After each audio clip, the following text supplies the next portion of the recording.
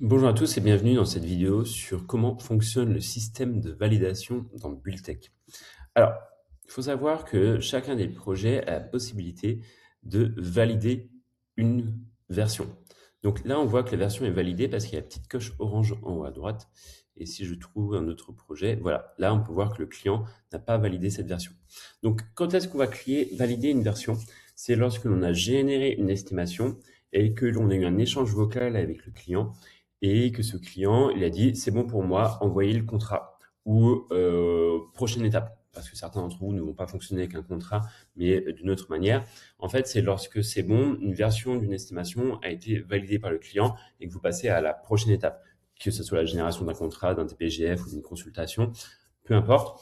Nous, on a besoin que vous validiez cette estimation, que vous validiez cette version, pas une estimation, mais que vous validiez une version afin que voilà, vous puissiez l'entériner et ça va nous permettre de vous bloquer, de modifier cette version à l'avenir. Si jamais vous avez une version, donc ici je vois tout l'historique des versions. Actuellement, je n'ai qu'une seule. Cette première version à 165 euros, bon, c'est pas beaucoup. Hop là, on va regarder celle-ci à 165 euros. Imaginons qu'elle vient d'être validée par le client. Et ben à ce moment-là, je vais cliquer sur cette petite case et je valide l'estimation. Vous inquiétez pas, si jamais vous voulez chercher à générer un contrat ou une consultation et que vous n'avez pas validé une version, on va vous inviter à la valider. C'est juste une petite étape en plus. Vous cliquez sur un bouton.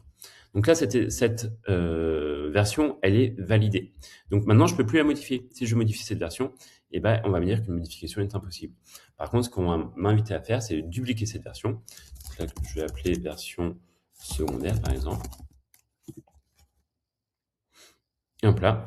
Et donc là, si je vais sur l'historique des versions, et ben je vais... Ouais, c'est pas mis à jour celui-là. Hop là.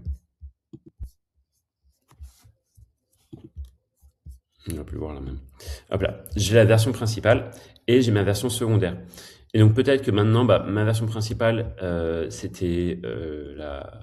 plus la principale. Et maintenant, c'est la version secondaire. Donc on prend la version secondaire, on la met en tant que favori, on fait sélectionner et elle n'est plus validée.